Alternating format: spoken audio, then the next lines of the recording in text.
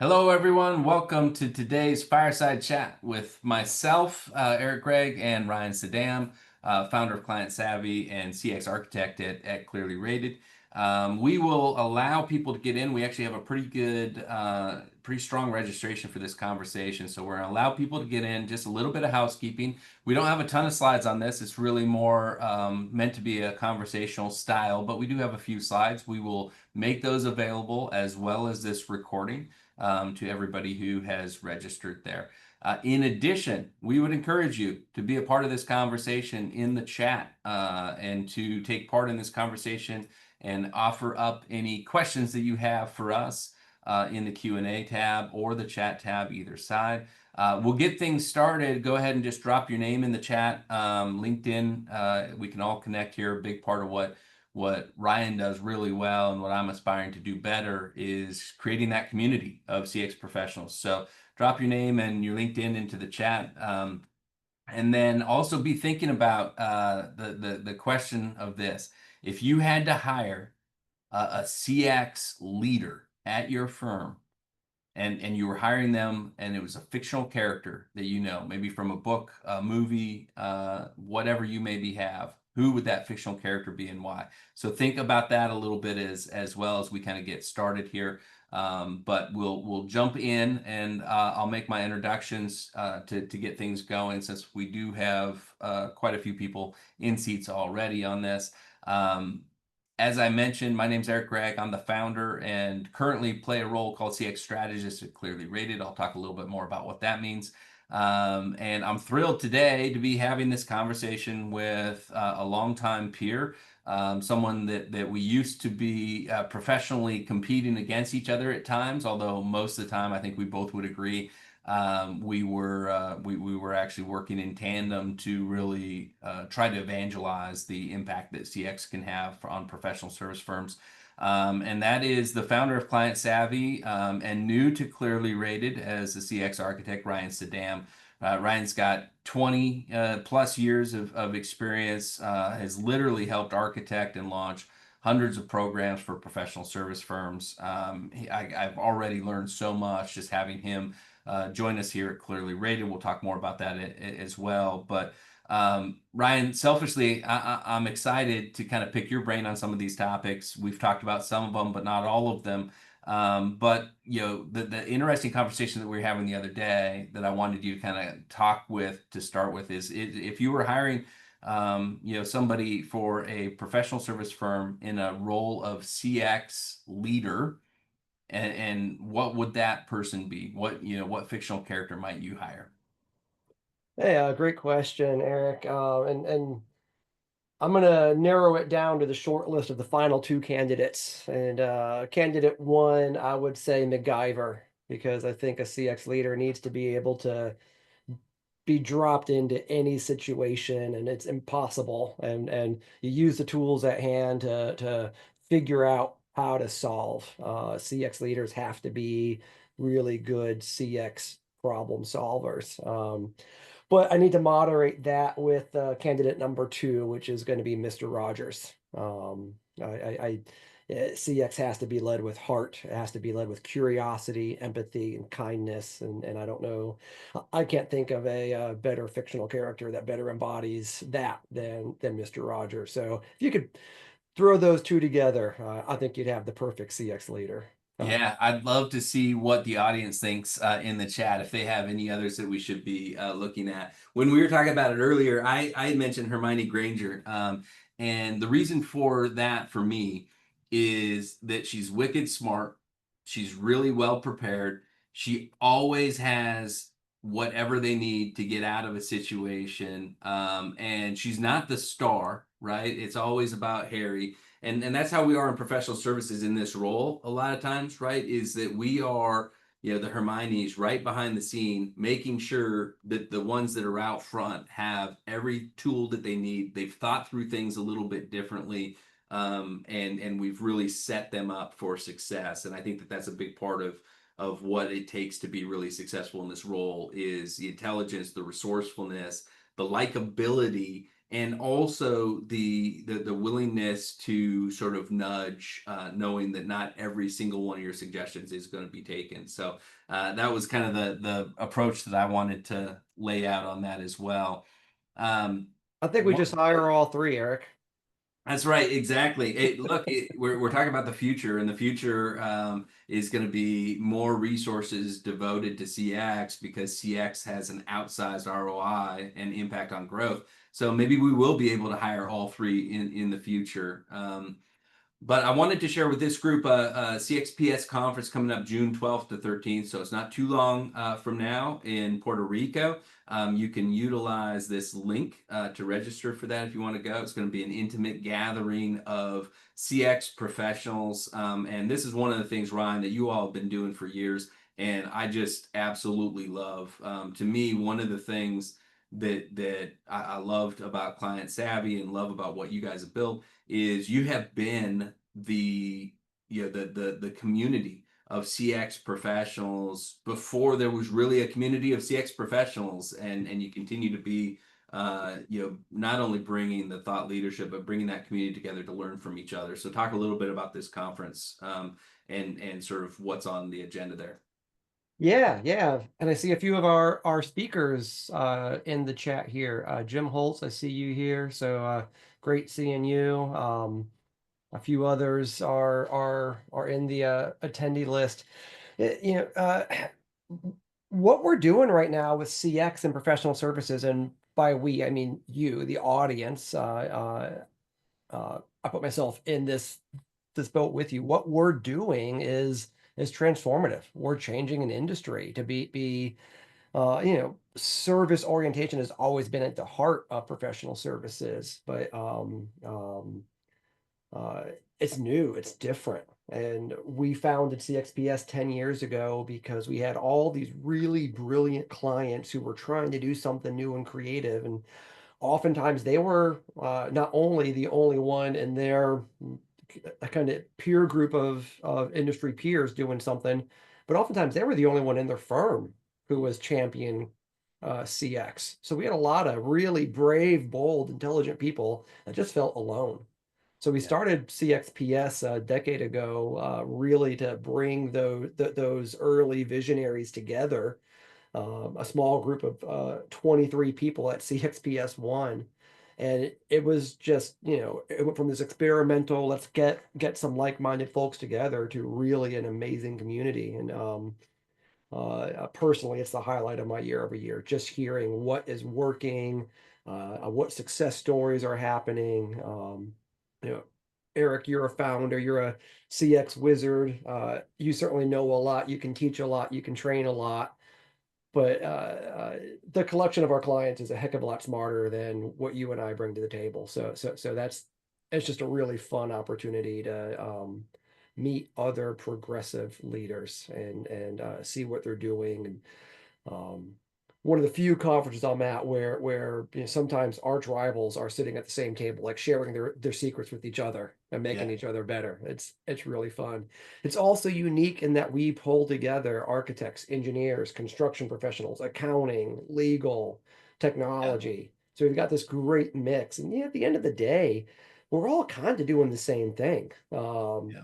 We're just doing it different ways. So breaking down some of those boundaries and myopic, blinders that we have when we're only going to LMA or we're only going to SMPS or we're only going to certain industry events. All of a sudden we realize, man, as an engineering leader, I can learn something from a law firm CX leader. And as a Yeah. law firm CX leader, I can learn something from a construction CX leader. And that's just been really fun accelerating the cross pollination. So those are the things I love. Yeah. And also real big and on practical hands-on learning. So there's a lot of workshopping, not just breakouts, but long format. Let's roll up our sleeves and work on something in CX for your business. So you get to go back with an actual playbook of something to implement.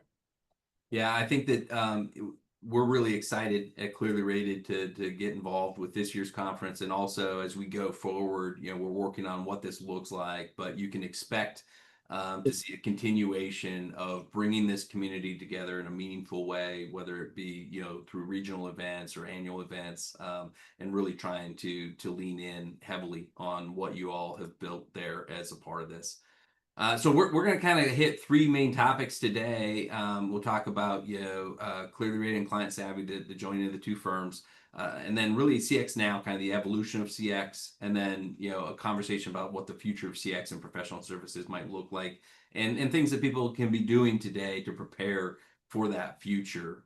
So let's talk a little bit about this. We talked about why we were so excited, with Client Savvy and, the joining of these two firms. What do you think this means for the audiences on here, right? We know why this was good for ClearlyRated and why this was good for Client Savvy, but why is it actually good for the discipline of client experience in professional services? Yeah, so um,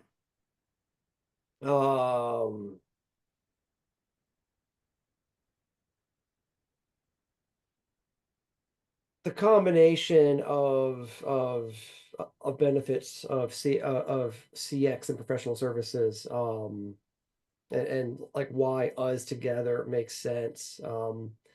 There's so few players out there focused on CX and professional services. You've got some of the big mega CX platforms that are, it's like, it's like Salesforce. You can't implement Salesforce without radically customizing and trying to beat this, very horizontal thing into shape. So there's, like one or two niche CX players outside of the US that focus on professional services, but in North America, it's ClearlyRated and Client Savvy. So Yeah. I'm just really excited by joining forces here and with a shared vision, shared purpose, aligned a client bases to really accelerate what tomorrow brings. You know, the reality is the vast majority of professional services firms really haven't adopted client experience yet. So Yeah. we're still very early in the adoption curve, and um, we're really creating a market along the way. So Yeah. together we have an opportunity to create that together, share more best practices. We don't overlap a whole lot uh, in the industries. We do in a few spots, but because of that, it really is a 1+1 = 3, and probably even a 1+1 = 11 kind of move where everybody should win out of this, and that's what I'm excited about. Yeah, and it, kind of gets back to this community, which is, with the two of us together, we have the ability to really innovate more rapidly in the shared sort of, True. vision of what of the services and the products that we can deliver. And the investment by SGP in both of us really indicates, just how bullish we all are about, the role that CX and professional services can play and kind of the future for this industry. So very, very, very excited about this combination and what we can do. I wanted to just talk a little bit, before we jump into this, on sort of client experience versus client experience management.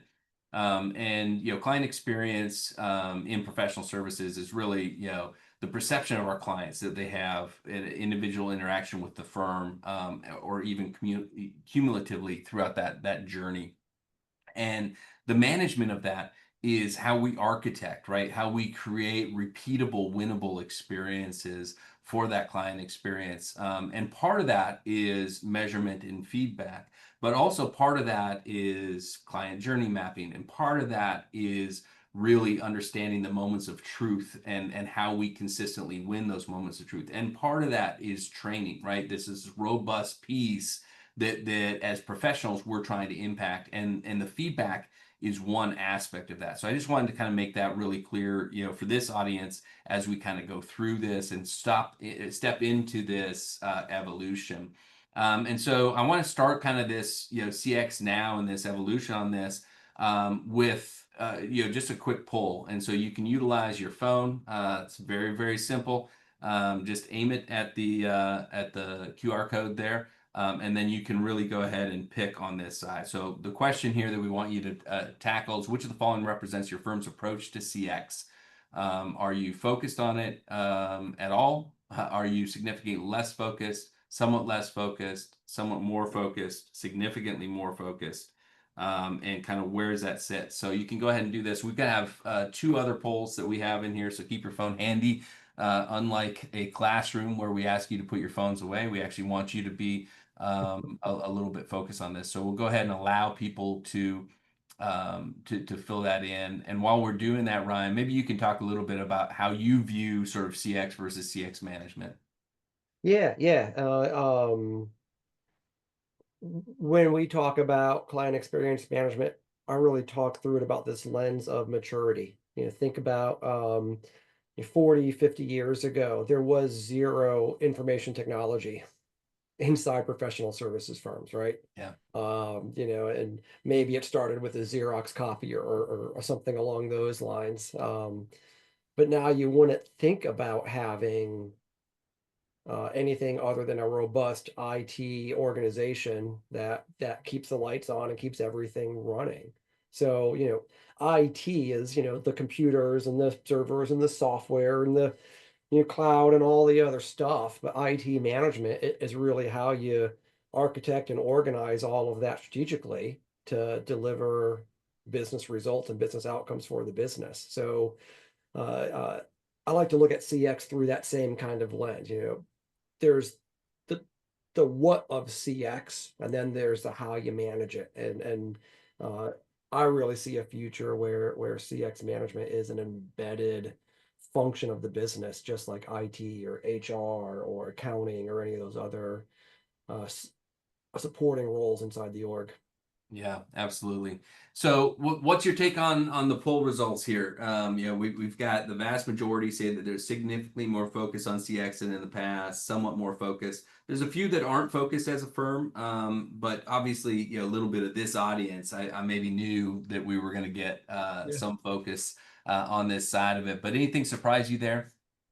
Yeah, not surprising at all. Certainly, there's some selection bias in the sample of who shows up to a webinar like this. You know, I'm going to talk about the one that said we're significantly less focused on CX than in the past, or that 3% down there.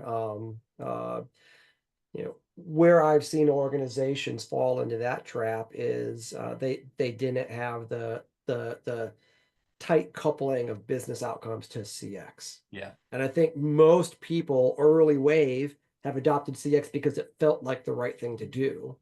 And they've adopted CX, almost out of a religious zeal. Um, but as you start moving more into early majority and standardizing CX as a best practice, we've got to get more and more disciplined on connecting CX to business outcomes. And Yeah. and the firms that don't do that are the ones that I'm seeing fall off and focus less on CX because it went from a exciting topic to you know being displaced by some other new exciting topic, and it didn't really get roots because it wasn't tied to business outcomes.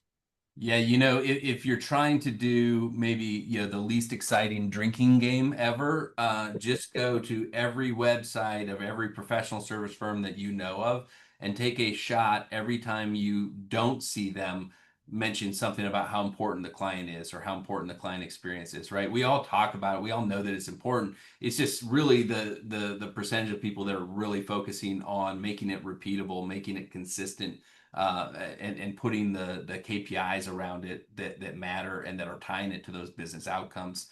But I thought this was really interesting. And so, both you and I were really heavy into this all the way at the start of this chart. And this is Google's interest over time. And so 100 is the peak, when the interest was the highest for a particular topic. And you can see it kind of scales and indexes back from that. And so when we look at this, what we see is even in the last 3 years, right, the interest in client experience, and this is really professional services, right, because every other space calls it customer experience. And so for us, client experience is a pretty good indication of in professional services, how much focus is happening on this now compared to say 3 years ago or compared to 10 years ago, right? 7 times higher than it was 10 years ago as a part of this. Um, What do you think is driving this focus and the rapid adoption that we're starting to see now, Ryan? Yeah, it's network effect, right? No one wants to be caught behind. And there's a great book called Crossing the Chasm, which talks about disruptive uh, products and services in a market. And it breaks down the psychology of like who goes first and who goes second. And then there's just like chasm where nothing kind of happens. And then all of a sudden you start getting into what's called the early majority. And that straight line from 2010 up through 2021 where things are moving up kind of linearly, that's those first two groups, the visionaries and early adopters who are, they're not afraid to break things. They aren't afraid to experiment. They're willing to take risks. And then as they do, and they start telling their stories and sharing results with their peers, more and more peers start saying, man, I've got to get on this as well. So that's where I think these last 3 years, we've really started to see the uptick. Now we're getting into that early majority. And that happens. And those of you here, you're either one of the visionaries and early adopters or you're early majority. Yeah. But you got to recognize, uh, about 40% of the market falls into that early majority bucket, and they're going to be rapidly on your heels because they're hearing you tell your success stories. So the pace of innovation in CX is just going to accelerate now that we're crossing into that early majority where it's not single digit percentage of firms who are doing CX. Yeah. So that's my take on it.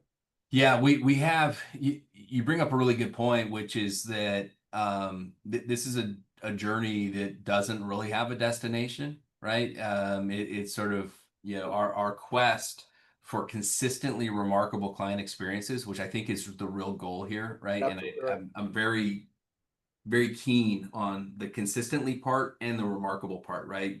Consistently, one of the hardest things for professional services where you have individuals that are delivering the service and all doing it in a slightly different way. How do you have a consistently remarkable outcome? And that requires architect and it requires the ability to have some core areas that everybody's committing to around responsiveness, around the tone that we give and sort of our goals on this. And so I think that part's key. And then the remarkable, I love that word on it because at the end of the day, it's not good enough to be good.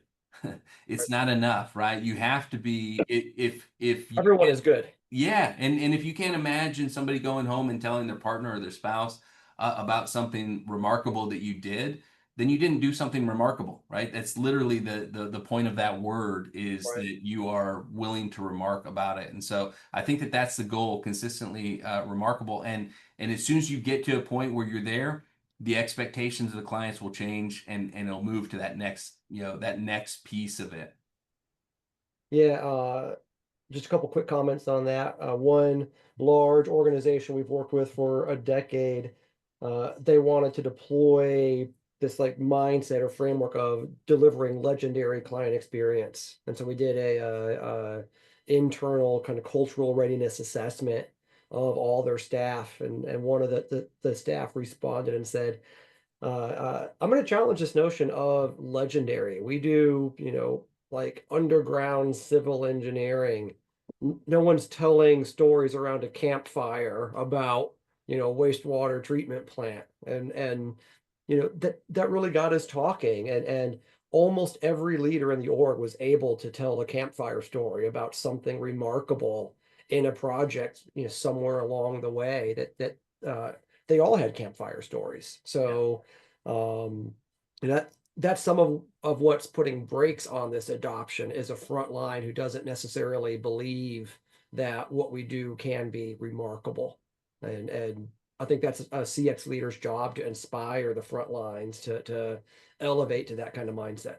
I mean, you are hitting on this such a key element of this that we believe wholeheartedly, which is that there is hero work happening across every Every day. firm that's on this call today, and oftentimes it's happening in the shadows, and it's not getting the light of day internal at the firm or even external, right? These are the stories that when we hear them, we're like, oh my gosh, I can't believe that. We had, stories in the recruiting industry where someone had car trouble, and so the recruiter actually drove down, picked them up, and drove them to their first day on the job so that they wouldn't be late, right? That's hero work. That should be celebrated. That is exactly the type of thing that those individuals will talk about for not just that day, that week, that month. They'll talk about it for years, right? Absolutely right. And so those are the things that we need to uncover as CX leaders. We need to uncover some of those key components as well.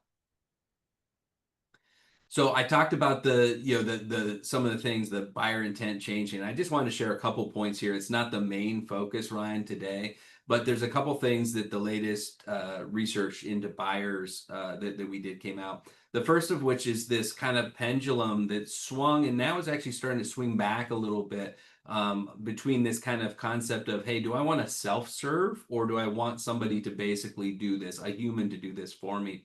And what we were starting to see was, this kind of concept that I use this analogy of people wanting to be on a freeway and they get to choose when they drive, where they drive to, and how fast they go. But that they also want a bunch of off ramps. And those off ramps are where they get the context and the coaching that they need when they need it. And what we saw was through the last little bit, we were kind of moving more towards self service, right? If it's not a high value add or it's not a complex feature, have your technology help me walk through it on my own and with the help that I need. And we're starting to see that swing back a little bit where people are, I think now almost getting self-served to death and they're wanting to have a little bit more of that context earlier in the process. And then the other one that I really think is coming out a lot is this kind of, I use this as an example for an accounting firm, but these kind of three levels that we see buyers sort of judging a professional service firm on. And that first level is their expertise. And that's where, most of the firms that we work with spend the majority of their time. That's what their website talks about. That's what they talk about is, hey, we're really good at this, right? Wastewater treatment design, and or whatever that may be. But the second level that they're really trying to get once they understand and believe that you're good at that is, okay, are you an expert in what we do? Are you an expert in organizations like mine? So if you're pitching to a small government entity, do you work with a bunch of small government entities? If you're pitching to a technology firm, do you work with other technology firms? The more that you can tell that story, the better. And we often don't tell it nearly enough. And then that third piece of it is, okay, I now believe that you're good at what you do.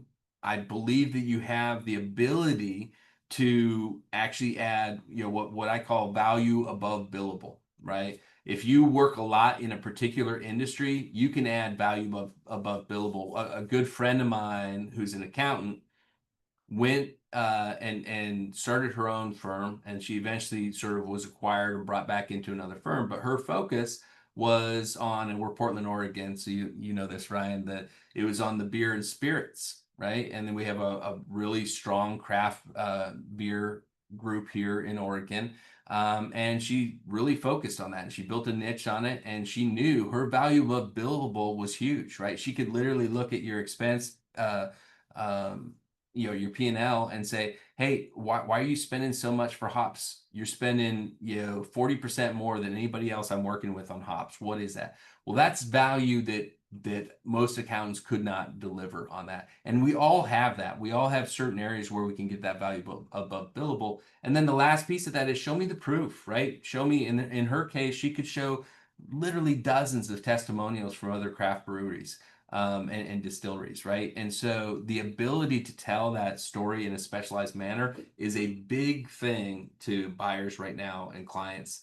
And it kind of leads me, into the next thing that I kind of wanted to talk to you a little bit about, which is, what are some of those, trends that you're seeing that are really impacting the way that we approach CX? Oh, you're on mute.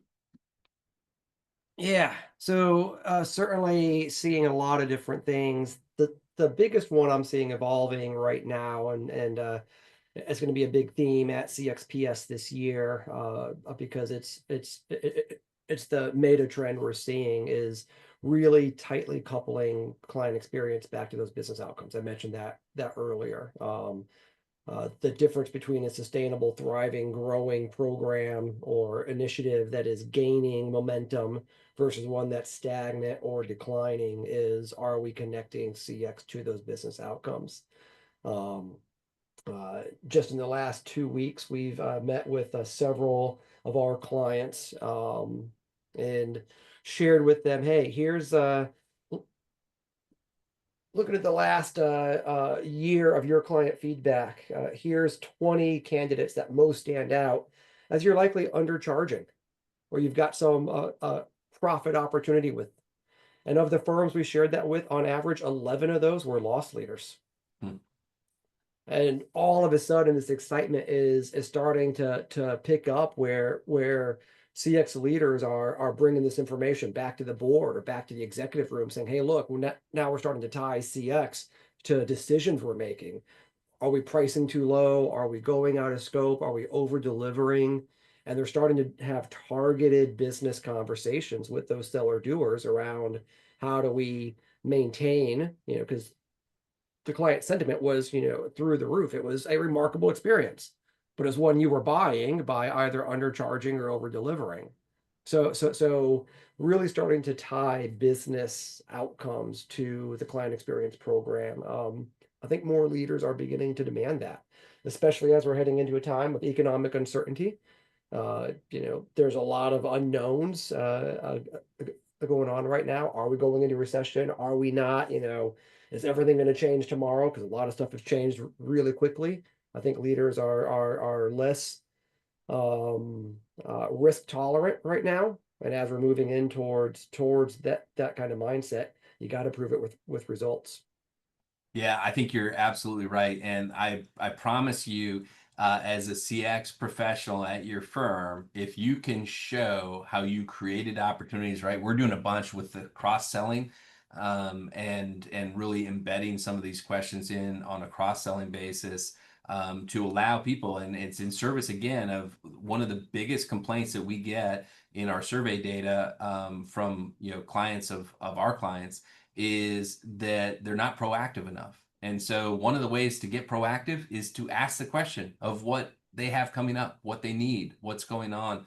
And so I think, as we continue to evolve some of these feedback programs, it allows you to generate real business outcomes, like you're saying. And that is what ultimately gets you the ability to continue to invest further, right? You want to bring in a Hermione or a MacGyver. Right. The way you do that is by showing that that investment is going to yield a bigger return in growth as well. So I have on the slide again, the next poll, which is just getting a sense of how people are utilizing a feedback program today. It looks like we have a good chunk of folks that are journey or project based, which is great, and that's from a maturity standpoint, that's kind of where we ultimately want people to be moving towards. A number of people are doing kind of a one time a year. We kind of call that the report card kind of view, right? So you're seeing how you did, but it's not necessarily telling you how you're doing. And when you're getting this feedback in real time or automated or project based, you're able to actually start to see the ability to impact it on the fly, right? So it's more, not report cards, more of a roadmap or even kind of a GPS solution. And we've kind of laid this out, Ryan, with this kind of, anecdotal, which is you're not really doing much, report cards, kind of this annual version of this. You're doing operationalize, you're coming in and you're getting feedback from clients and from talent. And then, CX centric and CX driven is more of these really programs. And you mentioned at the start that a very small percentage of people are really doing, active CX management. And that's, I think, what you were talking about, right? The ones that are really at that far end of that maturity scale. So talk a little bit about, what you're seeing the best programs do that are different than other programs. Yeah, and CX is all about client centricity. It's about building your business around the client. and then tying some of those business outcomes I was just talking about to that. So the best firms are at their core orienting their business around the client. So when they are talking about go to market and marketing, it's all driven around what is the problem space that our clients are facing, and Yeah. how are we, it's not all about me. Look how great I am. You need that part later in the sales cycle for them to validate you're the right partner. But early phase is talking to potential clients where they are about the things they care about. And then as you're going through the sales process, are you trying to win a client, or are you trying to solve a problem? And just really shifting that mindset or that mentality across the organization is key. Um, and then igniting that passion towards it. What's really fun about professional services is almost every successful professional service professional is a problem solver. That's what they do. Yeah. So connecting CX to that problem solving mindset, we just have to expand. I mean, it's not necessarily, a tax code problem or a, structural load calculation problem. It's a human problem, but the problem solving mindset is the same that goes into it. So we've got these frontline staff that are equipped for this. They just need to be oriented towards it. And that's where you start moving towards CX driven. That happens when the front line is doing the driving. Yeah. But it takes a lot of leadership and support and messaging and measurement in order to get it there. So when you've got frontline staff, not because it's the rule or not because it's the protocol or not because it's an automation, but in a moment saying, you know what, there's something going on with this client, or we just had this critical moment. Let me go get some feedback because I don't know what to do next without understanding my client better. Yeah. Those are some of those litmus tests where you start to see this is really embedded in the organization, and people are focused on the client all the time. Yeah, I think the places where where I would say we see the biggest impact and firms really doing well are the ones that are getting that information to the front line and they're Absolutely. celebrating, right? They're Yep. celebrating internally.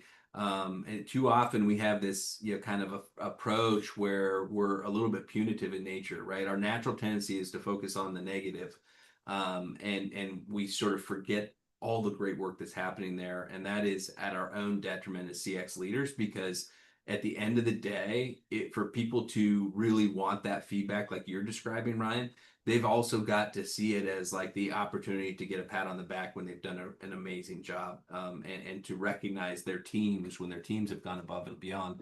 And so we have to kind of take that approach with it as well. I want to It's move. such an important point. Yeah, go I ahead. want to come back and lean in on that.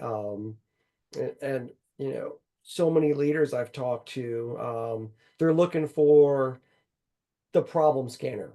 Where are their problems? And I've been doing this 20 years. Eric, you have too.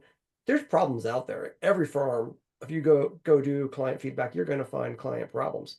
But it's typically a pretty small number. It's a pretty Yeah. small percentage.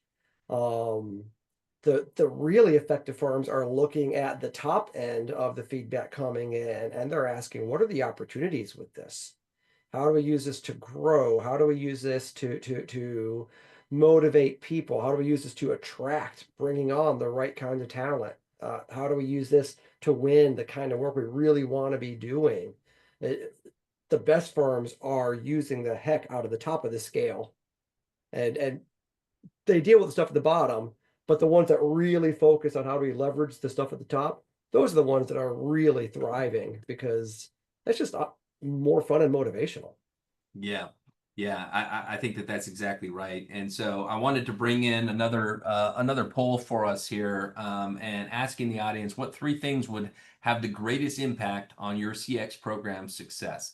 So we talk about things, the data in your CRM or ERP program, utilizing the scores to differentiate in the market, better training opportunities. It's kind of going back and forth. It's pretty interesting to see. There's not a direct winner. It doesn't look like, Ryan, on this. Training opportunities near the top, more non-survey insights into client health, strong integration. What kind of stands out to you from what you've seen? How might you rank these? Yeah, I know we're going to talking about CX now, but one of the ones that excites me for the CX future is that non-survey insights into Yeah, client health. One of the things that excited me most about joining the ClearlyRated team is one of our top three priorities as a joint organization is focusing in on integrations. And that's because, again, I don't mean to beat a dead horse, but as we keep talking about uh, tying CX to business and business results and business outcomes, there's so much in those business intelligence that can tell us a lot about our client's experience. I remember reading a study, AT&T was able to track days between when a bill was mailed and a bill was paid, and they were able to like draw a line that if a customer went from X days to Y days, you could predict a customer churn with like 70% accuracy. yeah, So they got then hyper focused on incentives and deals and account recovery and other stuff.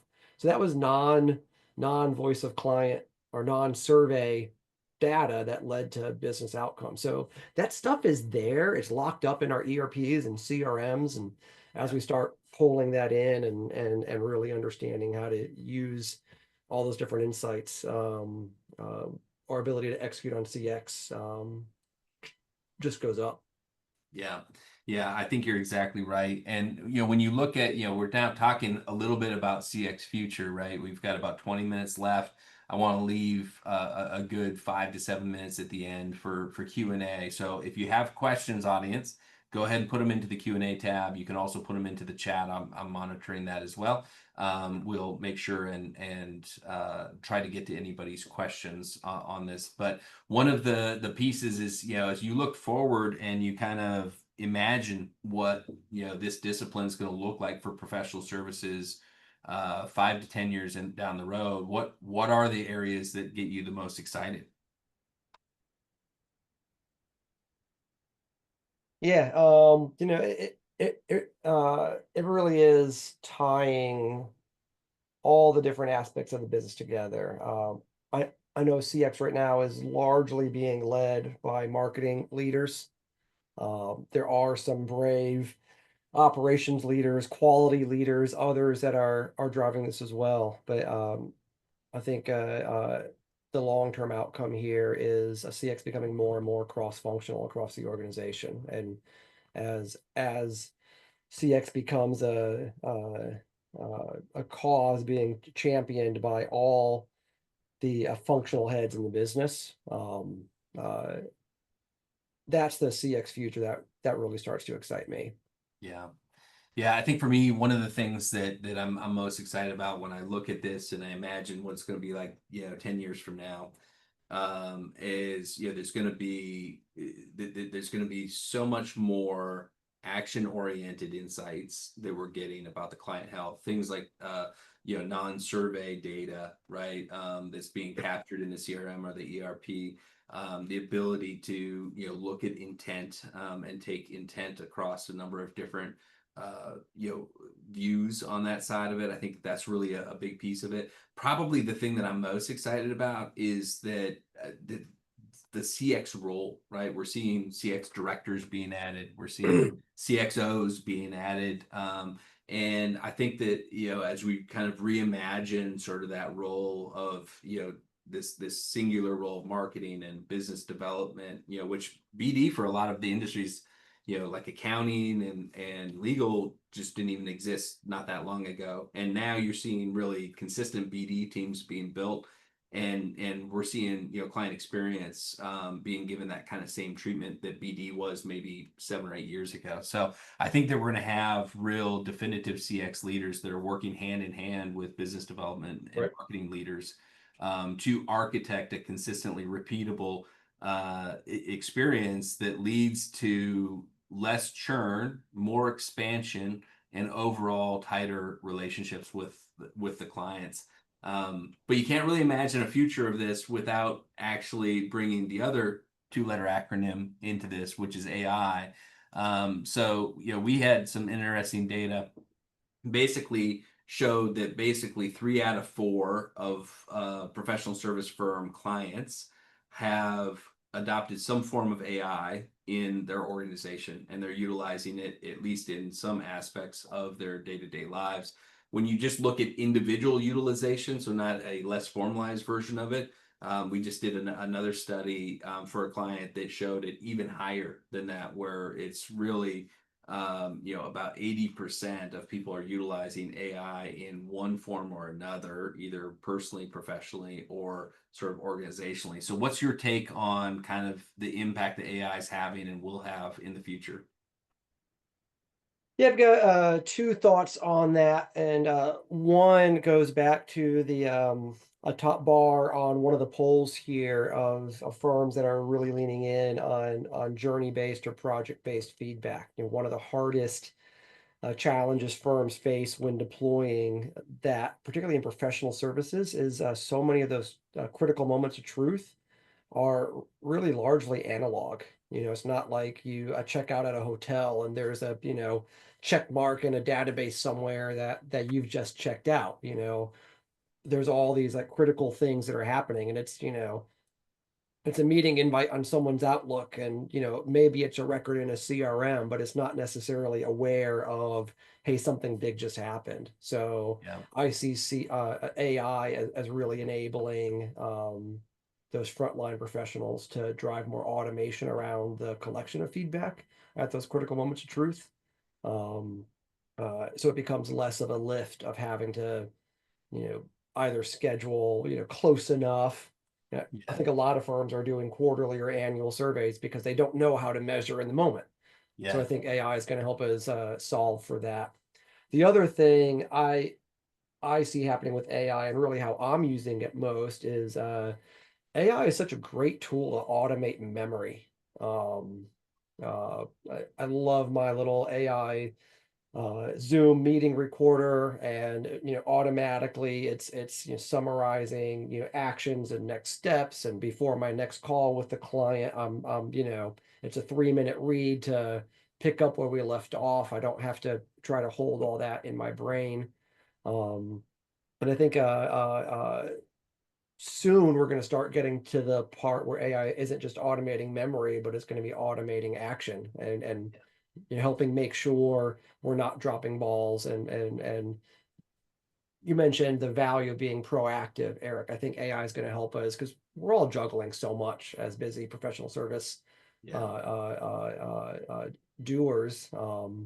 I think AI is going to help us. It's not going to replace what we do. It's going to help us do more of the right things at the right time with the right people. Yeah, and you hit on it right, in my opinion, because it's not that we lack data. We lack the consistency of data to fully trust it, and we lack the insights and the abilities to pull data from disparate sources and make Right. a single common sense storyline that we can take action on. In one of the conversations I had recently, the leader sort of described what they were constantly trying to do with their CX program was make it easy to do and hard to ignore. And that really stuck with me. It's such a great way to think about that, Right. right? Because at the end of the day, everything, the roles that we have, whether you're a marketing leader in CX roles up into, whether you're a CX leader, at the end of the day, you can architect the best journey possible, but you need the buy-in from the rest of the firm to really execute on that process and that architecture. And so for me, AI really is a question that a lot of firms are going to have, which is, are we going to dehumanize the client experience and utilize more AI to do things, or are we going to rehumanize Right. the client experience because AI is going to take off the things that were not high value and open up more time for our professionals to really dig in and get to know the needs of their clients and really support the needs of their clients on a regular basis. And that's what I just would caution you to look at is, everything that you do that makes your professionals more efficient, take some percentage. It's just like getting paid, right? You get paid $100 and you take some percentage of that and you put it towards savings. And if you save 100 hours as a firm, find a way to put 20 or 25 of those hours back into direct client engagement, human client engagement. We all want to get more, more efficient, but we also have to get better as we look at those pieces of it. Um, Ryan, we have Before a you go couple on, Eric, that goes questions. back to the slide you shared earlier with, some percentage want, complete self-service and some want complete white glove hand holding. Being able to use AI to funnel clients that want self-service, AI can do more automation for them. The Yeah, clients that want more white glove hand holding, use the AI to do the nuts and bolts to leave you more of that human side. So it's yeah, a great enabler. It doesn't replace us. It focuses us to give us the time and resources to meet each of our clients where they want to be met. yeah. It's that sort of mass customization mindset, right? Yep. Where everybody is a client of one.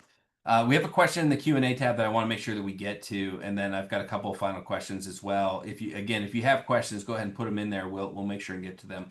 I'm on the CX team at my professional services organization. We're a small team dedicated to improving our efforts, but a majority of the accountants that we work with aren't buying into our initiatives. What can we do to have our CX efforts championed by everyone in our group rather than having the team view everything related to CX as being our responsibility? It's a lot. It's a lot to unpack there. Yeah, yeah. Boy, you must love your role of letting me answer first, Eric, because It is. Then I can just add to it. yeah, yeah, yeah. Uh when I've done transformation work on CX projects, I lean a lot into the what's in it for me mindset. So, the core of CX is giving clients more of what they want, how they want it, when they want it.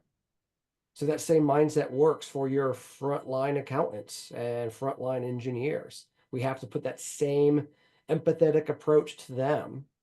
So what about CX is going to give them more of what they want in life? What about CX is going to enable them to get deeper job satisfaction, better compensation, easier path to meeting their KPIs or whatever it is? And as we start weaving that narrative, you know, it's all about the win-win-win. And sometimes you need 5 wins to make a Yeah. CX transformation happen. And if you don't know what value is for each of the stakeholders, if you don't know what a win looks like for each of the stakeholders, you're probably going to run into what you're facing, which is front lines just not getting it. Yeah. So it starts with client centricity, but there's a deep value chain of stakeholders we have to engage, and everyone has to see value in it. Otherwise, the chain breaks. Yeah. Yeah. The other thing that I've seen work well is typically at an organization, there are a handful of people that really do see, that they're really forward thinking as it comes to client experience and sort of the formal management of client experience. If you can really kind of partner with them and sort of, shine the light on them whenever you can so that they can kind of bring the rest of the firm along. I think that that's a really critical component as well. Another question coming in from Kevin. AI automating CX actions and professional services. I'm willing to grow, but hesitant to turn that over completely. Call me old school. I will answer this one first, Ryan, then you can add to it. Please go ahead. I think that on all of these, as we sort of go from from these AI tools creating opportunities to take action to them actually taking action on our behalf. I have a similar hesitation. The way that we've always envisioned it, just even in sort of our tool and how we think that these tools are going to evolve, is that it basically is giving you a chance. It's basically saying, hey, these 5 actions are going to happen. And if you don't do anything, they happen, but you have the opportunity to stop them, change them, evolve them before they happen. And so I think that there's not going to be this situation where, an AI tool or an agent is going back and forth directly with your clients so much as there's going to be, hey, here are some steps that need to happen, and here's how we've written those steps or how we're planning to take those steps, and then you can kind of have a chance to say no or to change it. That's kind of my view on it. What about you, Ryan? I completely agree. It's, you know, some of the AI we've built into the Client Savvy platform is, for a decade, we've had these coaching guides. Every time a client gives feedback, we give you a coaching guide of here's how to respond. But we've always left it in the hands of the professional to actually like craft the response. Yes. Well, now we have an AI that follows the best practice, and you can press a button and it'll give you a framework of a response. And you can tweak it, you can edit it, you can make it yours. But now you're not dealing with a frontline professional who's staring at a blank page. Yeah. I see AI as the nudge, you know, gently at the right time, at the right place, suggesting probably, but not always, the right action. And as we build more trust in AI and as the models get better, I think we'll delegate more where instead of AI saying, hey, you should go do this, AI is gonna say, I'm gonna go do this for you. Let me know if I need to do something else. Yeah. Yeah. We've got time for one more question, which we do have in the Q&A on it. What should we be doing today to make sure that we're prepared for CX in the future at our firms? What are some things that you think, should be steps to really kind of enabling that CX future? Most firms aren't talking about CX enough. That's the big thing. It's a cultural groundswell. Yeah. If you're not talking about it enough, if people, you know, if it's a quarterly buzzword in a quarterly update, it's not going to happen. So, those of you who know you want to get going but you haven't gone yet, got to start making CX something you talk about every single day, or every week. It's got to be integrated into everything. Um, you know, define your unique perspective on what CX is inside your organization. That forum that said legendary client experience. Okay, Yeah. that's three buzzwords. What does it really mean? What does it look like? Until you define it, it's going to be tough to get people on board. So, Eric, you talk about the consistently remarkable experiences. Yeah. Got to talk about that, got to define what it is, and have everyone able to repeat back what does consistently remarkable mean here in my particular organization. So that's Yeah. my Yeah, I think take the on other it. thing that I would add to that, for the person that asked that question is that like you're talking a lot about client experience at your firm without actually using the terms client experience or without even really understanding it, right? When you're talking about, hey, what's our strategy around proposals? Well, the strategy around proposals should actually involve all of the client experience data that you have, right? That's the best evidence you have of being able to do a great job going forward is the fact that you've done a great job in the past. Well, people talk about, well, what's our, we need, to focus on thought leadership. Great. Well, some of the thought leadership and the ideas of what's going to be most important should be informed by your clients. People talk about, well, what's our new client onboarding strategy? Well, your new client onboarding strategy should involve getting feedback from new clients because it's a specific journey that matters a lot that is going to be a little Sure. bit different than somebody that's been at the firm for 5 years. And it's really important, right? You get that first impression piece and you're kind of architecting that in there. So I would just also encourage you to think about, broadly, look, we talk a lot about growth. We talk a lot about cross-selling. We talk a lot about our website. We talk a lot about our online reputation, our social media presence, our thought leadership. All of these things are tangentially or sometimes more directly related to client experience and what you're doing around client experience. And so just to help understand the opportunities here, really center everything in the view of the experience that you're creating for the clients. And if you do that, then it starts to inform training. It starts to inform go to market. It starts to inform the specialization strategies. And it can really impact all of those in a positive way. Um, and I want to be cognizant of time. And so we'll leave it at that. But Ryan, thank you so much. I could not be more excited. Likewise. For those that don't know, we've had a couple clients that have been telling us for years, hey, Client Savvy, you need to join ClearlyRated. Hey, ClearlyRated, you need to figure out a way to work with Client Savvy. You guys are both doing great things, and we're thrilled. This community is what drives Ryan and I and our teams. We care a lot about this community. We believe in the impact that CX can have on your firms and your growth. And we believe that CX professionals deserve a group of peers and a community of peers that are pushing this forward in a way that can impact their careers and their firm's performance. So thank you everybody for being a part of that community and continuing to push us forward. Yeah, thank you guys.